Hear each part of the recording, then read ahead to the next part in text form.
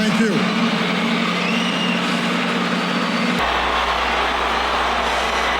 Thank you so much.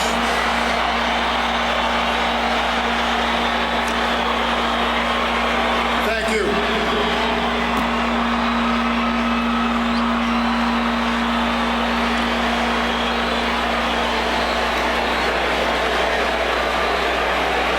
To Graça Marcel and the Mandela family,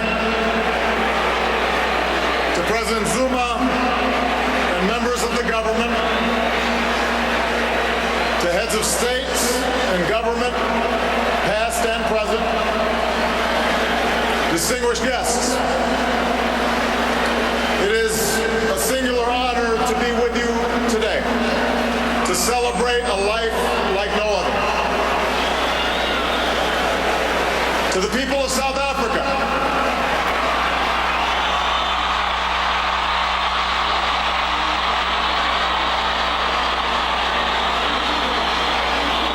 people of every race and every walk of life, the world thanks you for sharing Nelson Mandela with us. His struggle was your struggle. His triumph was your triumph. Your dignity and your hope found expression in his life, and your freedom, your democracy, is his cherished legacy. It is hard to eulogize any man, to capture in words not just the facts and the dates that make a life, but the essential truth of a person, their private joys and sorrows, the quiet moments and unique qualities that illuminate someone's soul. How much harder to do so for a giant of history who moved a nation toward justice and in the process moved billions around the world. Born during World War I, far from the corridors of power, a boy raised herding cattle and tutored by the elders of his Dembu tribe,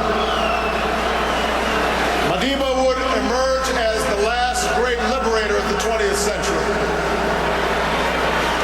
Like Gandhi, he would lead a resistance movement, a movement that at its start had little prospect for success. Like Dr. King, he would give potent voice to the claims of the oppressed and the moral necessity of racial justice. He would endure a brutal imprisonment that began in the time of Kennedy and Khrushchev and reached the final days of the Cold War. Emerging from prison without the force of arms, he would, like Abraham Lincoln, hold his country together when it threatened to break apart. And like America's founding fathers, he would erect a constitutional order to preserve freedom for future generations, a commitment to democracy and rule of law, ratified not only by his election, but by his willingness to step down from power after only one term.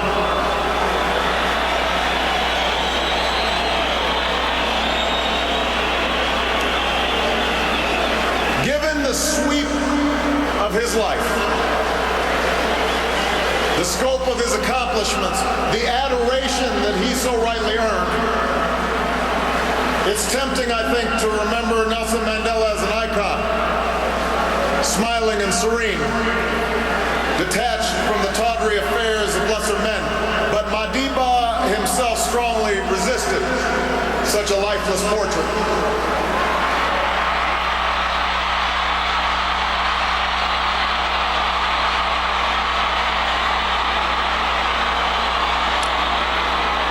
Instead, Madiba insisted on sharing with us his doubts and his fears, his miscalculations, along with his victories. I am not a saint, he said, unless you think of a saint as a sinner who keeps on trying. And it was precisely because he could admit to imperfection, because he could be so full of good humor, even mischief, despite the heavy burdens that he carried, that we loved him so. He was not a bust made of marble. He was a man of flesh and blood, a son and a husband, a father and a friend. And that's why we learn so much from him, and that's why we can learn from him still. For nothing he achieved was inevitable. In the arc of his life, we see a man who earned his place in history through struggle and shrewdness and persistence and faith. He tells us what is possible, not just in the pages of history books, but in our own lives as well. Mandela showed us the power of action, of taking risks on behalf of our ideas. Perhaps Mandela was right that he inherited a proud rebelliousness, a stubborn sense of fairness from his father.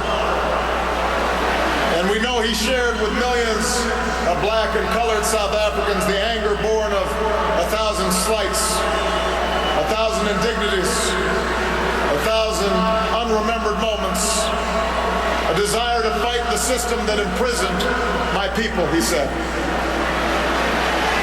But like other early giants of the ANC, the Sisulus and the Tambos,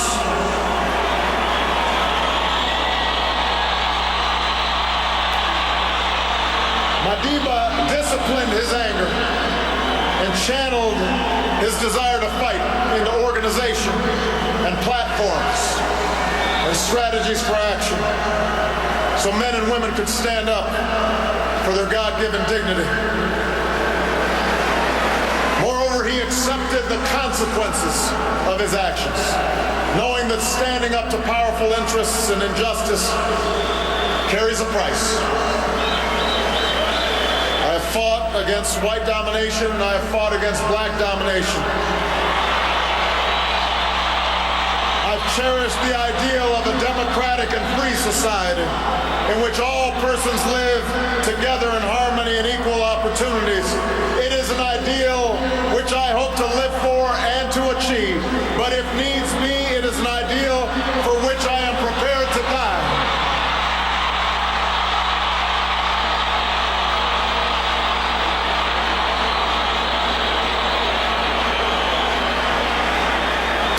Mandela taught us the power of action, but he also taught us the power of ideas,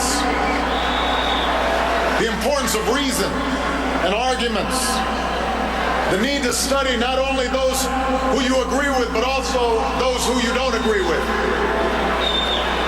He understood that ideas cannot be contained by prison walls or extinguished by a sniper's bullet. He turned his trial into an indictment of apartheid because of his eloquence and his passion, but also because of his training as an advocate. He used decades of prison to sharpen his arguments, but also to spread his thirst for knowledge to others in the movement. And he learned the language and the customs of his oppressors so that one day he might better convey to them how their own freedom depend upon his.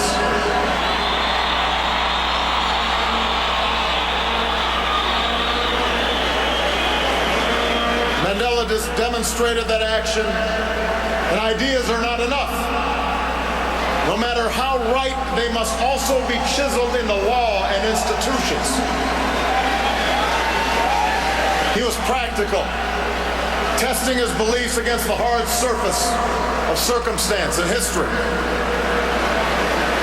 On core principles, he was unyielding, which is why he could rebuff offers of unconditional release, reminding the apartheid regime that prisoners cannot enter into contracts. But as he showed in painstaking negotiations to transfer power and draft new laws, he was not afraid to compromise for the sake of a larger goal. And because he was not only a leader of a movement, but a skillful politician, the Constitution that emerged was worthy of this multiracial democracy, true to his vision of laws that protect minority as well as majority rights and the precious freedoms of every South African. And finally, Mandela understood the ties that bind the human spirit. There's a word in South Africa, Ubuntu.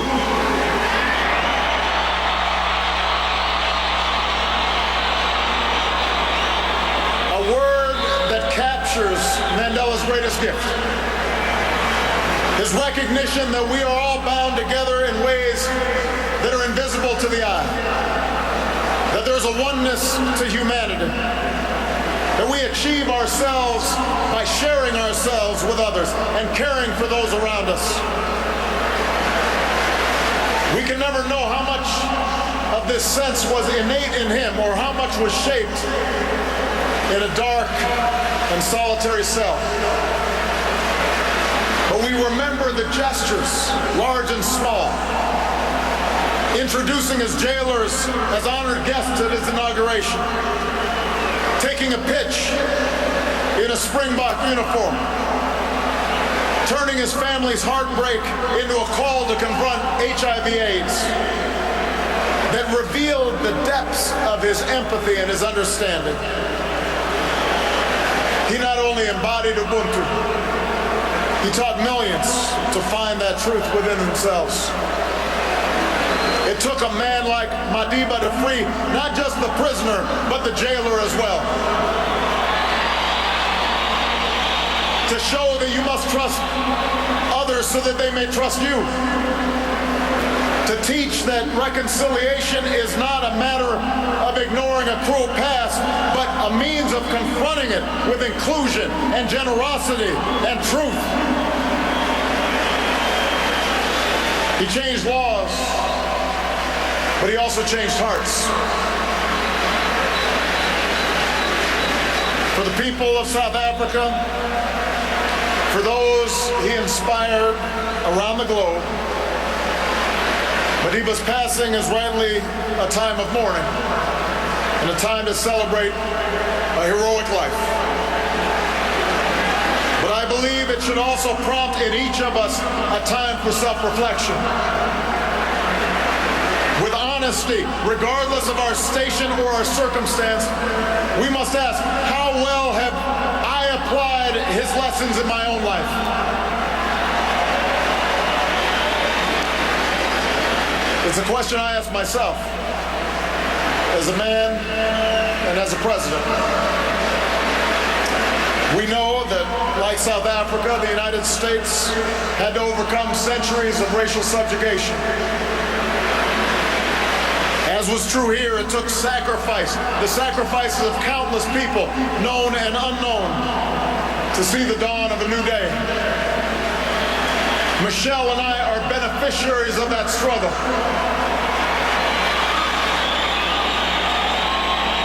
But in America and in South Africa and in countries all around the globe, we cannot allow our progress to cloud the fact that our work is not yet done. The struggles that follow the victory of formal equality or universal franchise may not be as filled with drama and moral clarity as those that came before, but they are no less important. For around the world today, we still see children suffering from hunger and disease. We still see rundown schools. We still see young people without prospects for the future. Around the world today, men and women are still imprisoned for their political beliefs and are still persecuted for what they look like and how they worship and who they love. That is happening today.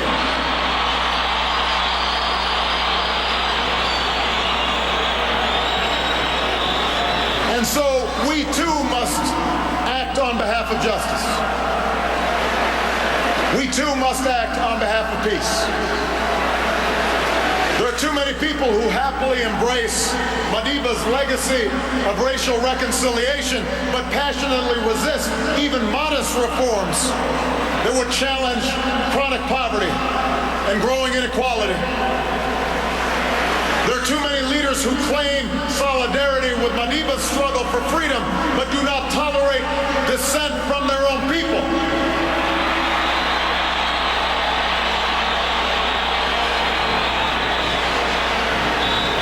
And there are too many of us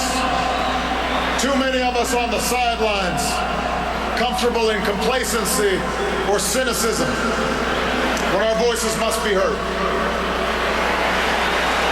The questions we face today, how to promote equality and justice, how to uphold freedom and human rights, how to end conflict and sectarian war, these things do not have easy answers.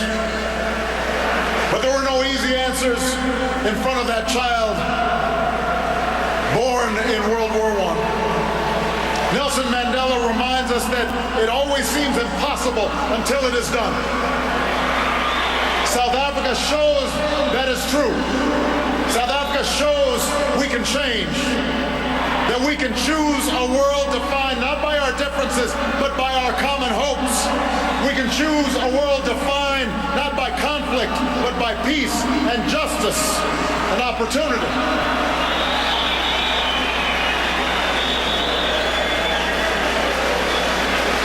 We will never see the likes of Nelson Mandela again.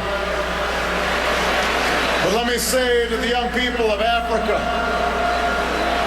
and the young people around the world, you too can make his life work your own.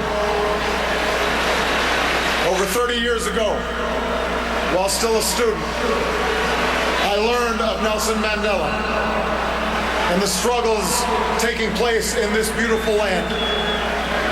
And it stirred something in me. It woke me up to my responsibilities, to others and to myself. And it set me on an improbable journey that finds me here today. And while I will always fall short of Madiba's example, he makes me want to be a better man.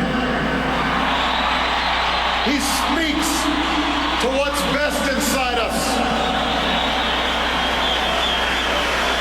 After this great liberator is laid to rest, and when we've returned to our cities and villages and rejoined our daily routines, let us search for his strength. Let us search for his largeness of spirit somewhere inside of ourselves. And when the night grows dark, when injustice weighs heavy on our hearts, when our best laid plans seem beyond our reach, let us think of Madiba and the words that brought him comfort within the four walls of his cell. It matters not how straight the gate, how charged the punishment, the scroll. I am the master of my fate. I am the captain of my soul. What a magnificent soul it was. We will miss him deeply. May God bless the memory of Nelson Mandela. May God bless the people of South Africa.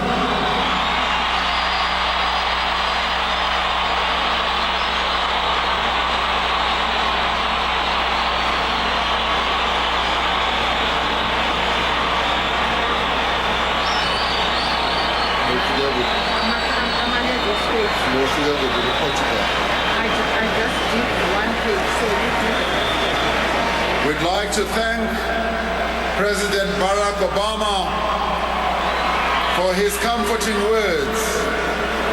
We now move on with the dignitaries all stood and applauded the U.S. president after he finished. The crowd has been on its feet since they entered this morning. But if there is one word that may have summed up the comments from the president, Ubuntu. He used a South African word that basically means interconnectedness. Robin, that I am, what is it? I am me because of you. And it's a sense of collectiveness, essentially, that we're all in it together. And it really tapped in. The president was very careful. He showed the people here that he knows the story of Nelson Mandela. He recited lots of the highlights of his biography. And then he made it about them. and the message of having to carry forward the legacy. But when he said that word, Ubuntu, that's going to resonate not just here with the South African people because it's their word, but that's a message very much for his constituency back home as well.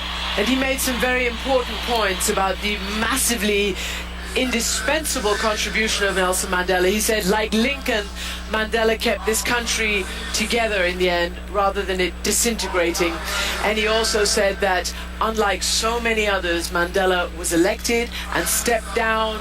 He respected the democratic process. Even though he only did one term, he could have had more.